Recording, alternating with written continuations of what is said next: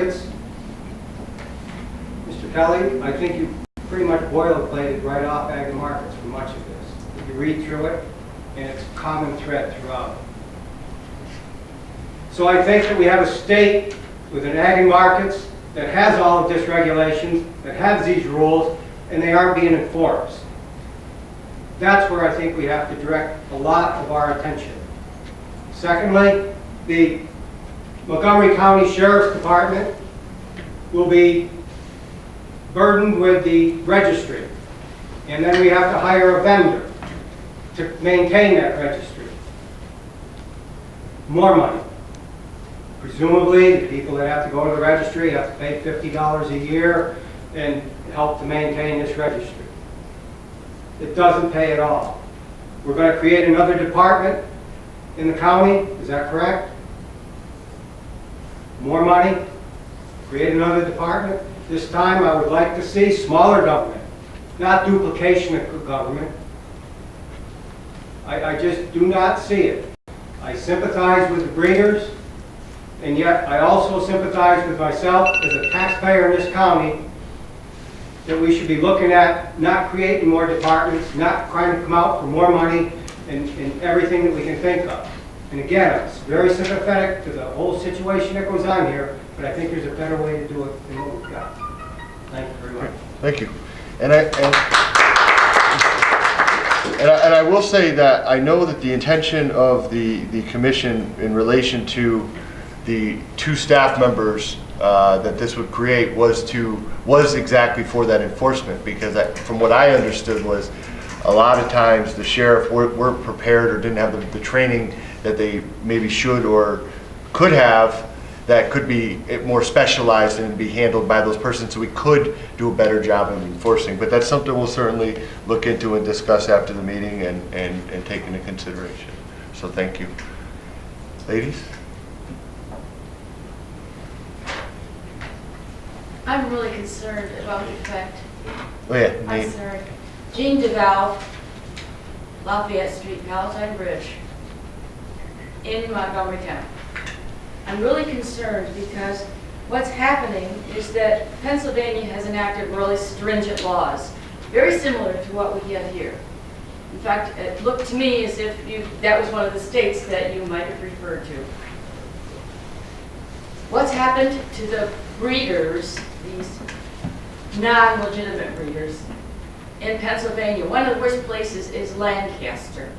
And Lancaster people were upset about the law, and so they've decided, instead of coping with it, that they move. And guess where they went? Many went north. I've turned in 5 or 6 already to the sheriff, and they have been investigated. I don't know the outcomes of all of them. I know that in one case they were told to get the animals more shelter. Now, I don't know if that's been enforced. I don't know. But this is happening here. And I don't want this area to be the puppy mill capital of the state. It really is a concern. This is a very cruel way to treat animals. Thank you. Yes, sir.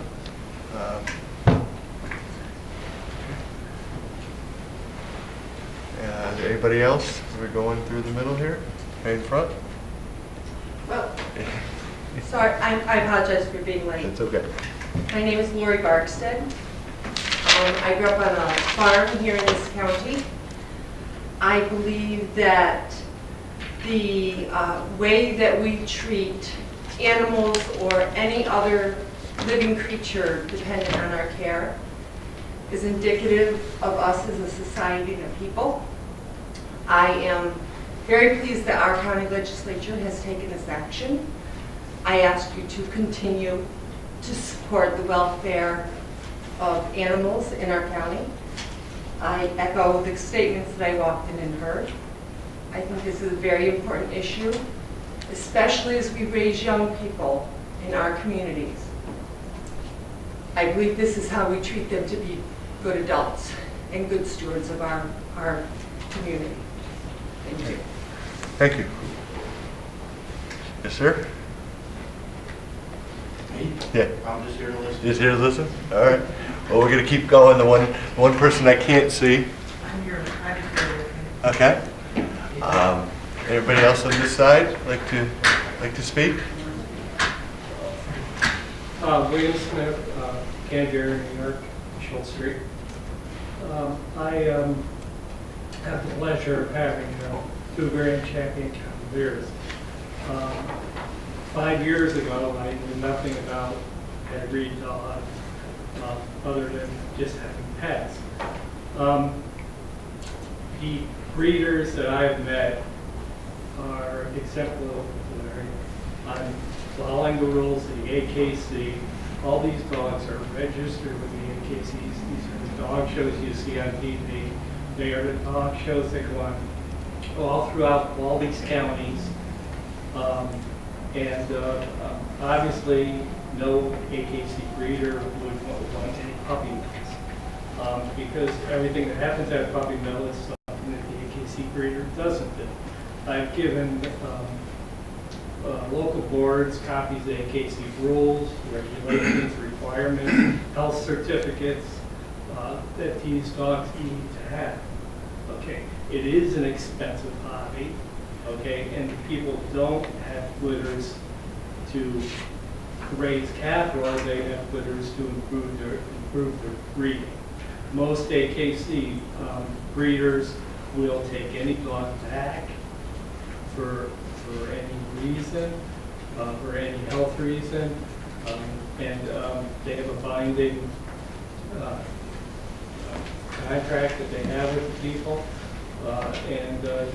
I don't know of any breeder who, as these ladies were talking about, they take their dogs back for any reason. The people die, the dog's too big for the surviving spouse, they take the dog back. These ladies in AKC judge sitting here, these people are really concerned about the safety of the animals, okay, and raising them. You have junior handlers, children grow up through the programs. You have senior handlers. You have it's a great way of protecting full breed dogs, registered dogs, and in doing that too, you're helping with the health of those animals because of the veterinarians. There are many vets that specialize in these breeds. I drive all the way to Harmony Veterinarian, what is it called, some spot.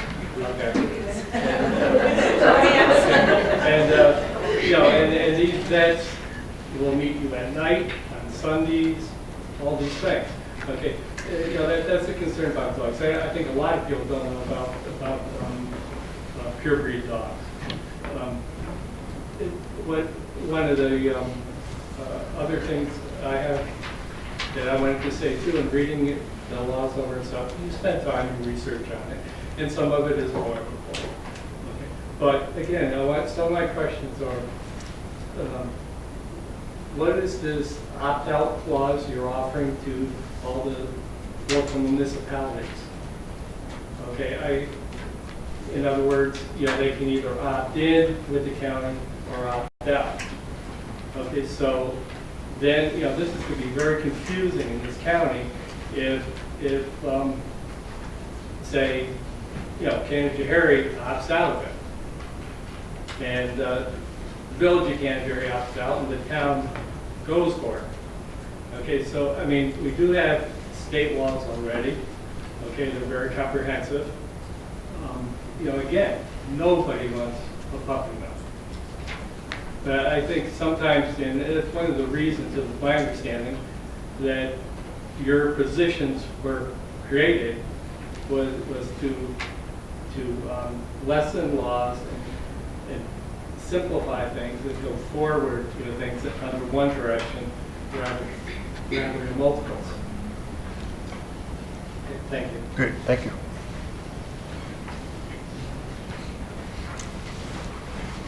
Hi, my name is Sharon Michael. I live on Route 67. I am in the town of Johnstown.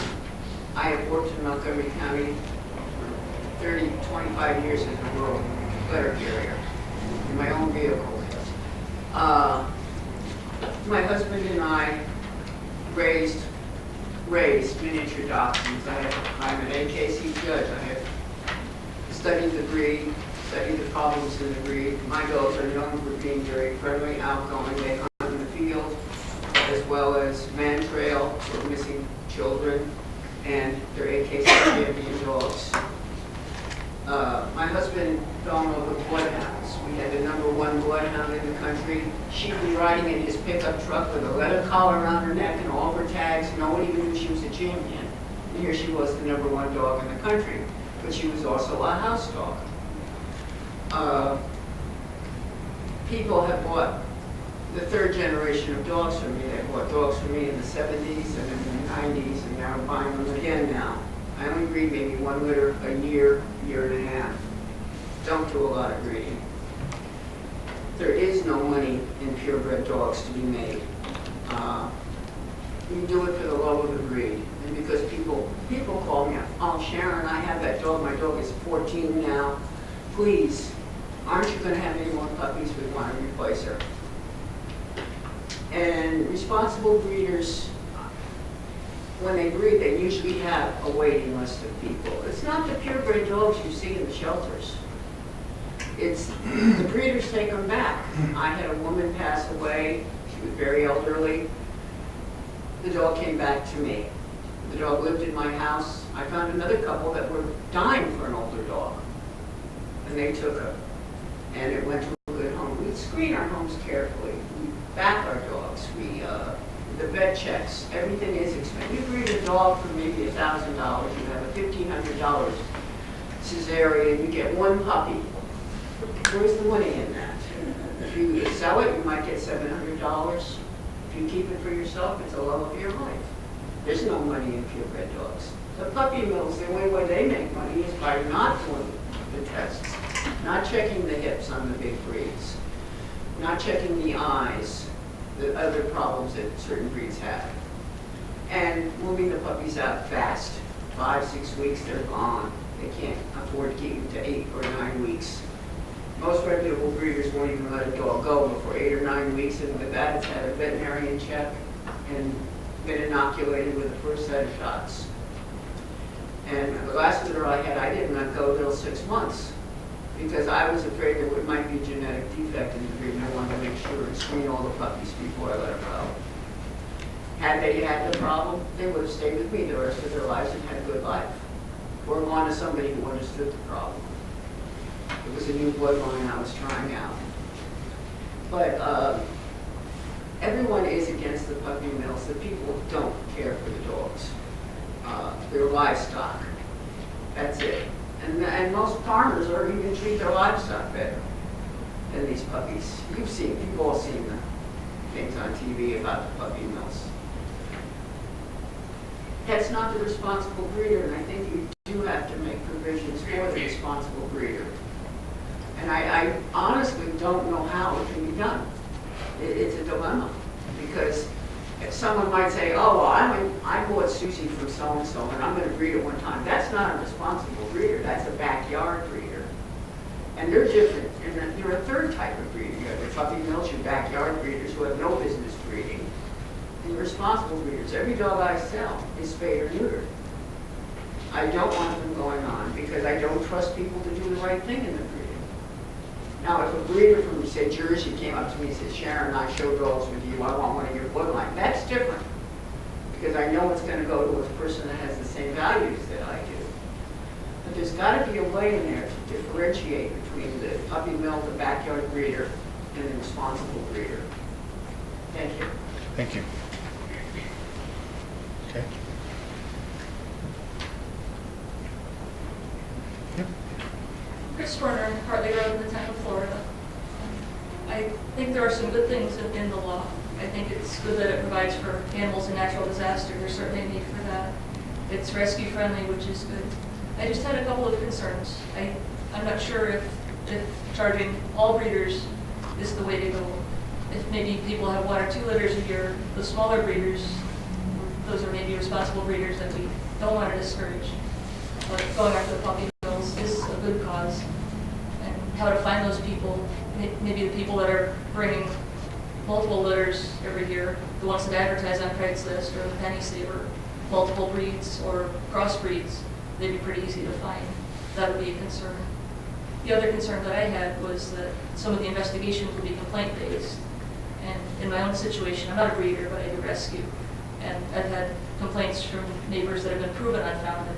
I've been inspected by the Sheriff's Department, by the SPCA, by the dog warden, and all the complaints have been unfounded.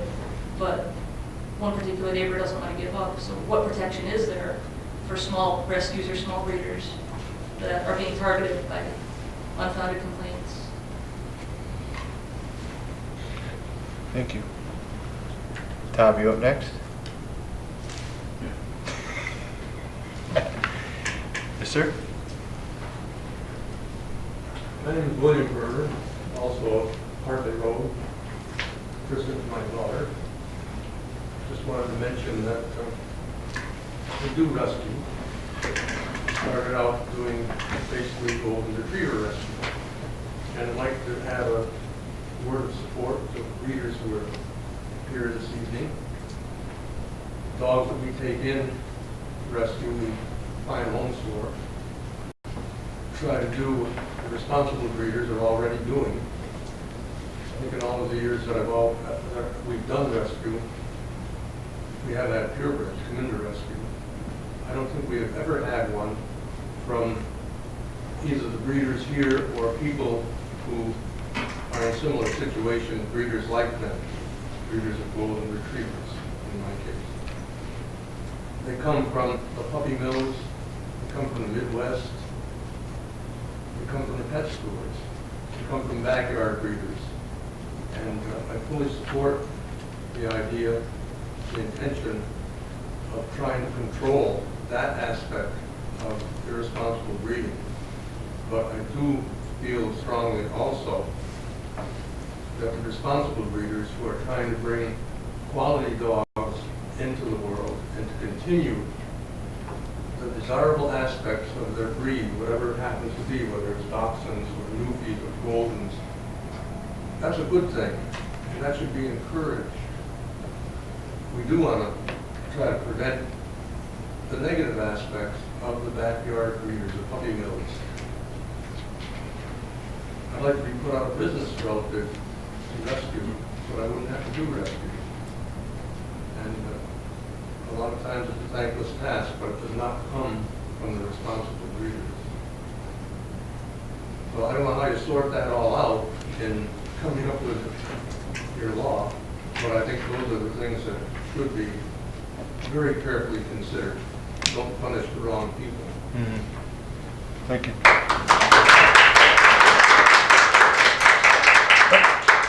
I'd like to say one additional thing. Mr. Murder brought it out. If you drive away the responsible breeder, you're pushing people when they want the pet poodle, Susie, or whatever, to go to the pet stores who buy from the puppy mills. You're encouraging the wrong type of dog breeding.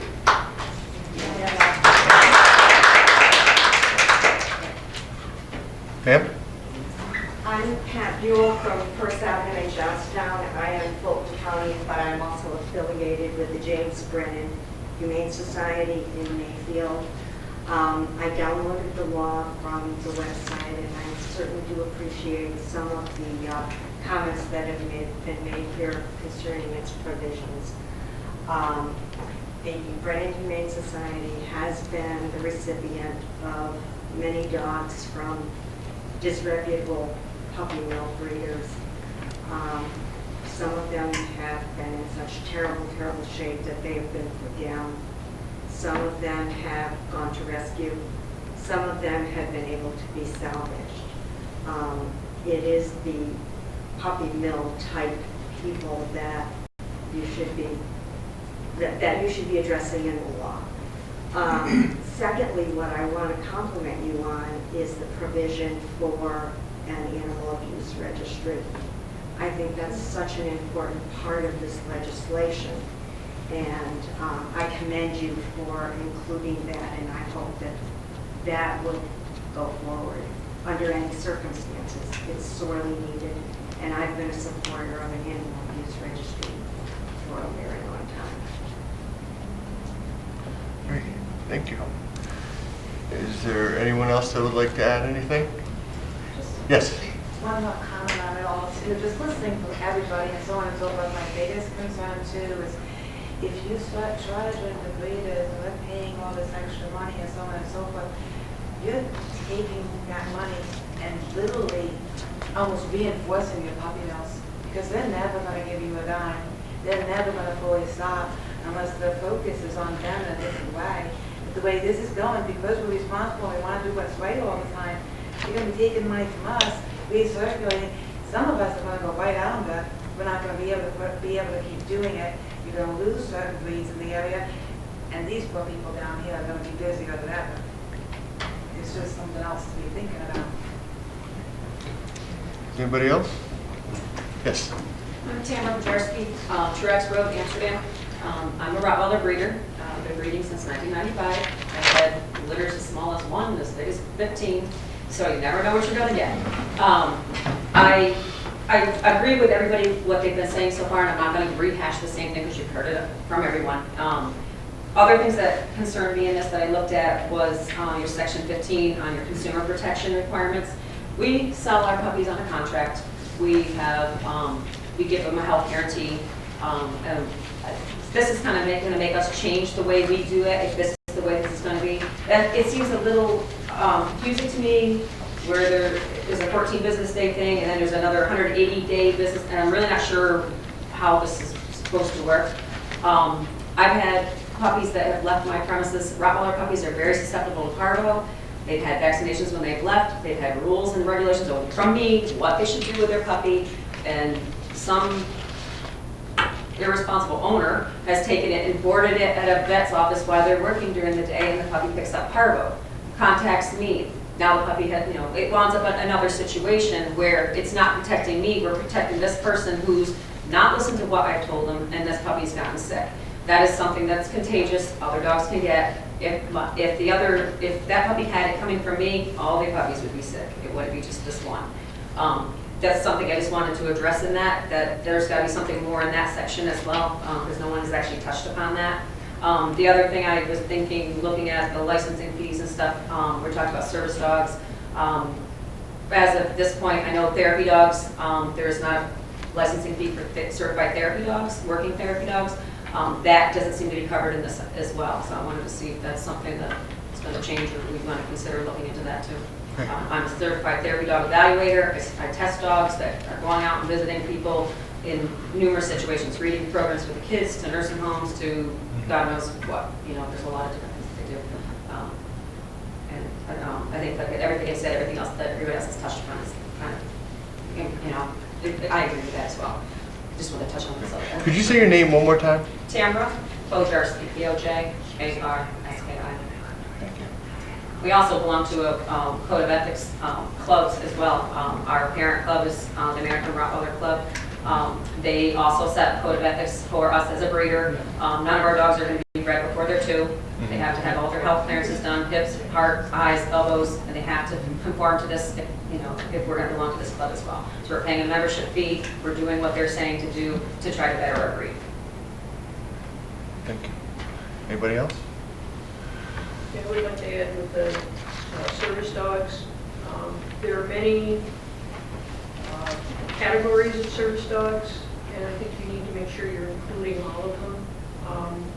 For instance, dogs that go into supporting people with anxiety disorders or PTSDs, you've left them out of the categories there. They're not hearing. Seizure dogs. Huh? Seizure dogs. Seizure dogs, yeah, there's a lot of them. Diabetic dogs. Yeah.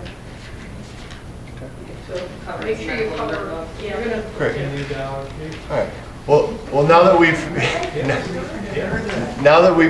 we've done the public portion, we can continue to have an informal conversation once we close the meeting, if you so choose. Like I said, I'll stay here. Well, I'd like to.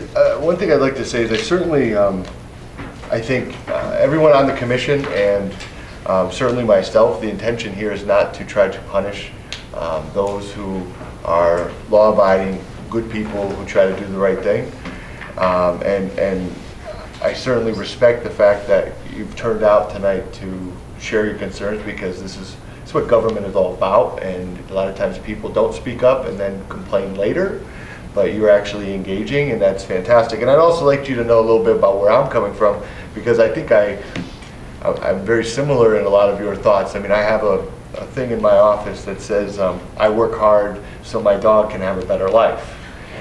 I have a purebred dog. I have 2 rescues. I wasn't even planning on getting the 3rd one, but when I found out that this dog was left tied to a mailbox and the young couple just moved away, next thing you know, I had another dog. So I certainly understand a lot of the sentiments, and it really and truly our intention is not to harm those that are doing the right thing. And I think we have a lot of good information to take back and talk over, and we will certainly do that.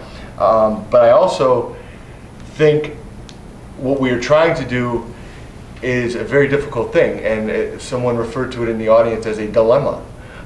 It is quite a dilemma. How do you hold those who are not doing the right thing accountable, but at the same time not affecting those who are doing the right thing? That's a very difficult thing to do through legislation. And I've worked in the state assembly, state senate, and now in county government, and I always have a saying: you can't legislate against stupidity sometimes. And stupid people will do stupid things. But that's where I believe the enforcement angle comes in, and I think that's certainly something we're trying to accomplish here, is how can we have qualified people in place that can appropriately enforce the new county law as well as state law. And I also think, just as another side note, the issue of intermunicipal cooperation between the towns, the city, and the county is an area where we can certainly improve as we move forward in this. And I think this is going to be a dialogue that continues. But let's make no bones about it, to sit here and do nothing would be a mistake. I know there is some redundancy, and some of the things in this law are just simply reaffirm state law, but it would be incomplete without having that in there. But I think at the same time, we have to have an acknowledgement that something's not right, something's not working, and there is areas of improvement that could happen with the state, certainly on the state level, I think. Let me just finish up, and then we'll get to it. So I'm just trying to go over some of the notes that I had here. I really appreciate everyone coming. I think we have a lot of good suggestions, and I believe I got everyone's name. If you did not speak and you'd like to get some updates from myself and the legislature on how this is moving forward, whether it's email or snail mail, whatever you prefer, you can leave that information with us. We'll keep you posted on what's going on, and we're always putting things up on online as well. But we also make a point to say that there's a number of folks in the county that might not have internet access, and we will always mail paper copies of things moving forward. But other than that, I feel like I learned a good deal tonight. Certainly a lot more about where everyone's coming from, and I appreciate everyone taking the time. If any of the legislators would let any closing remarks, this would be the time. I just want to say that I was glad everybody came. It was good to hear the different sides of it. I've taken notes on 16 people's information. I'd like to talk to those that are in my district before you leave, just so we have some continuity. But I think this is great. I think to have this many people come when we had one person or no people coming for the budget, it's fantastic.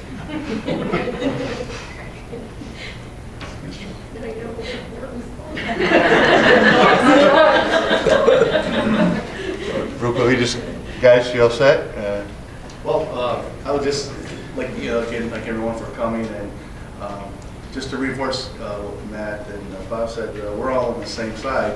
We just want to protect the animals that can't protect themselves. And I've had the pleasure of working with a group from Palatine, and they're big proponents of abolishing the puppy mills and things, and I wanted to thank them personally for their hard work. And I guess the main point I want to get across is that we're definitely not against good breeders. We encourage good breeders. I'm fortunate enough to have 2 miniature dash hounds myself. Well, my wife has them. I just share everyone if I can get my hands on them. But we did our first dash hound unbeknownst announced us did come from a puppy mill. We had a lot of problems with the puppy. So I wanted to just thank everyone that was involved in putting this law together. And, it sounds, like we maybe need to tweak a few things, specifically some of the fees, and that's not an issue. So thanks again for adjourning. And I would like to say, Martin, well, I should say Legislator Kelly, really grabbed the bull by the horns. Oftentimes, you have some ideas and you want to, do something about it, but what exactly do you do? And I know that there was a lot of work that went into this and a lot of conversations with different stakeholders, and for him to step up to the plate and do this, I think I'm certainly thankful. I think everyone in the county should be thankful for what he's done, and we're going to continue to work together in the process and take it from there. And I'm certainly going to have some questions for Martin later, but I just want to publicly thank him for everything he's done, because really he came to me and said we need to do something, and that was the impetus for the executive order. So we wouldn't even be here tonight, frankly, if it wasn't for Martin Kelly. So I just want to say that, and it looks like you have a few things you might want to say. I want to thank you all for coming. This is proof that democracy is the greatest form of government. I value every single one of your concerns, and I look forward to working with the executive and changing and tweaking things. I don't want to put responsible people out of business. I don't want to grow government. But sometimes we have to do things that we're not. Sometimes we have to do things we're not 100% comfortable with. I really, I'm glad to see so many people took time out of their busy day to come and discuss their concerns with us. And I wish you all Merry Christmas and safe travels. And Richard. Just one suggestion, if I could. Sure. It seemed we have a group of people that we want to protect. I would encourage you to get input from them, and to maybe include them in some of your meetings, or somehow help you protect them. I agree. Yes, ma'am. We're all looking for a solution on this whole thing. I mean, we're not fighting against each other. That's not what this is about. We want to work together with each other. I don't know, maybe this is wrong. Maybe I should just speak for myself on this. I have extra homeowner insurance on my home. I have the proof of that. I have proof that all my dogs are licensed. I have proof that all my dogs are registered with AKC. I definitely have proof and receipts that I've gone to dog shows. I definitely have proof from my vets. I've spent money there. I do have proof that I'm responsible. So when I'm licensing my dog, if there's something that I have to put on file to prove to you that I'm responsible, so that I am then exempt from some of these laws, I think we could work something out like that. And then when you look at this, you can say, oh, we know her. Like my vet knows me. You need a recommendation from my vet? I'm sure he wouldn't mind writing it. He might be a little upset if you need them all at once. Yeah, so we can discuss that. Yeah. But there is a way to come up with a solution. We just need to work together. And I have no problem working with you. Well, and I think that's exactly what we're doing here tonight. I always. I know that. That's why I'm saying we do want to work with each other. We're here to prove that to you. Well, I always say, having a consistent process and engaging people will breed confidence in a successful result, and that's what we're trying to do here. And I think, we've had a lot of great input. We got a lot of work to do, and we're going to get on it, and we will keep people posted on the, as we go through this process, whether it be through the media, the formal media, or whether it be social media, whatever it may be, we're going to do our best to get it out there. And also, don't be shy about calling the office. I know I probably got emails from a few of you in this room tonight, but email, call, and don't be shy about doing that. So at this point, I'm going to close the. Yes, ma'am. I live in Canterbury, and I'm part of the group that has been working to help dogs, to help dogs. Could you give me your name and address, please? Chapel.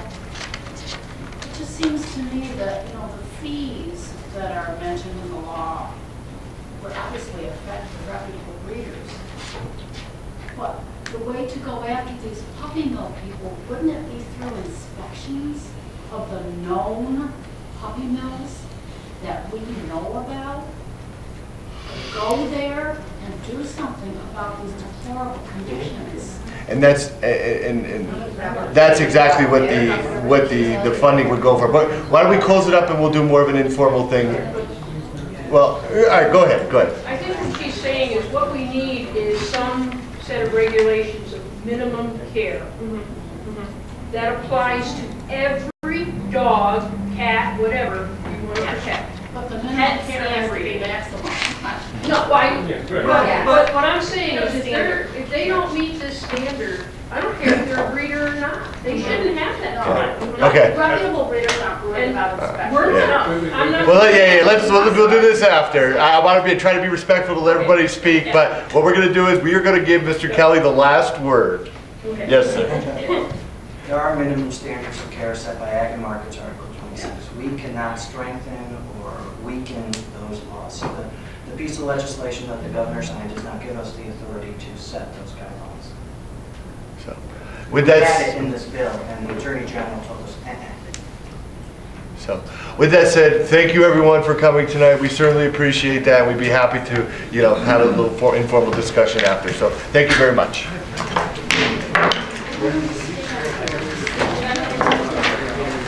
For minimum standards of care for all animals.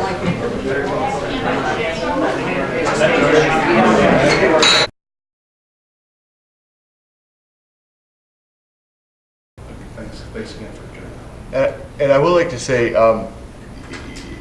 Martin, I should say Legislator Kelly, really grabbed the bull by the horns. Oftentimes,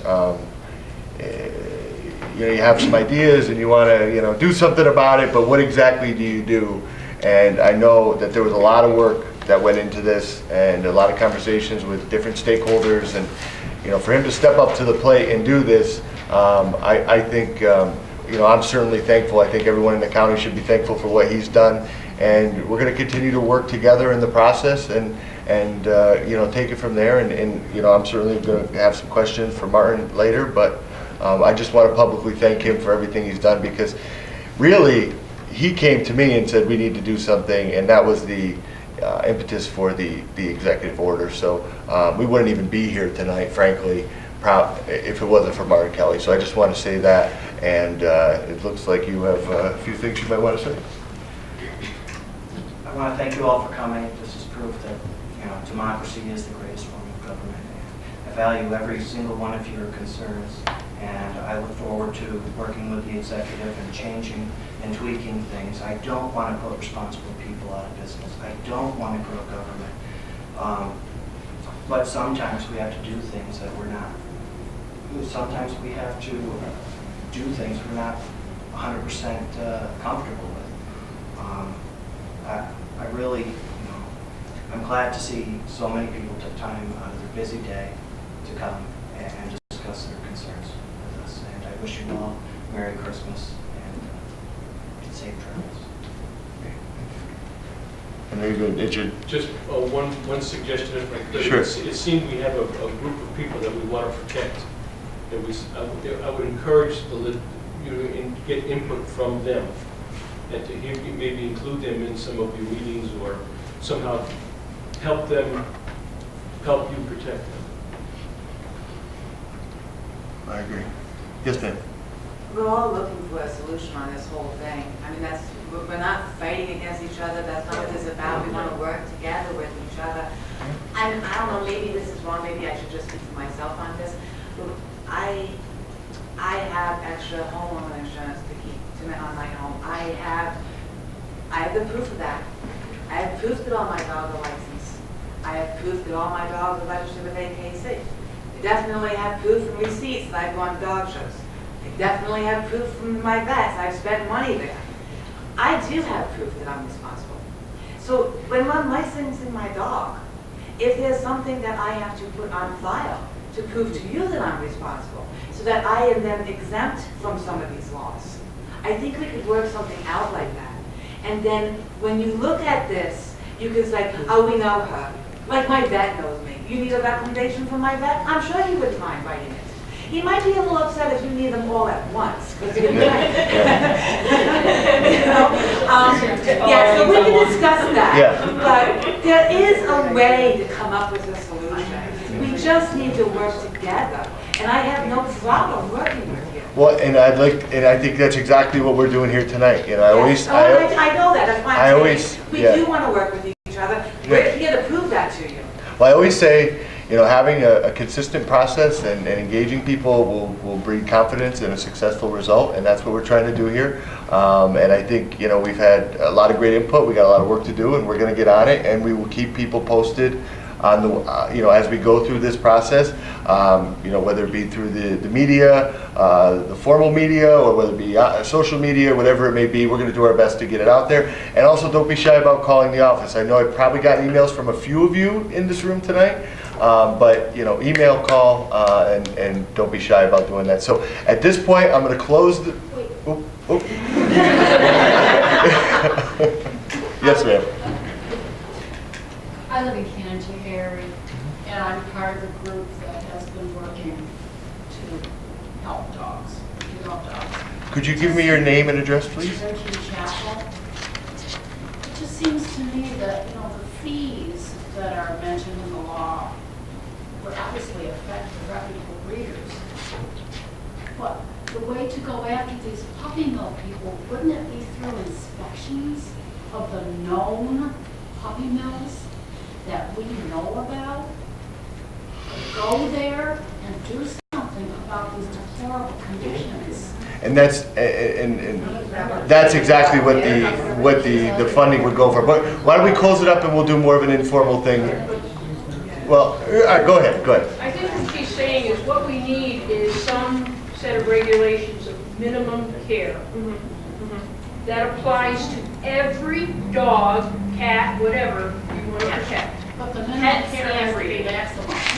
No, but what I'm saying is if they don't meet this standard, I don't care if they're a breeder or not, they shouldn't have that dog. Okay. Reputable breeders aren't worried about inspection. We're not, I'm not. Well, we'll do this after. I want to try to be respectful to let everybody speak, but what we're going to do is we are going to give Mr. Kelly the last word.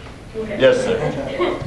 There are minimum standards of care set by Ag and Markets Article 26. We cannot strengthen or weaken those laws. So the piece of legislation that the governor signed does not give us the authority to set those guidelines. So, with We had that, it in this bill, and the Attorney General told us, so with that said, thank you everyone for coming tonight. We certainly appreciate that, and we'd be happy to, you know, have a little informal discussion after. So, thank you very much.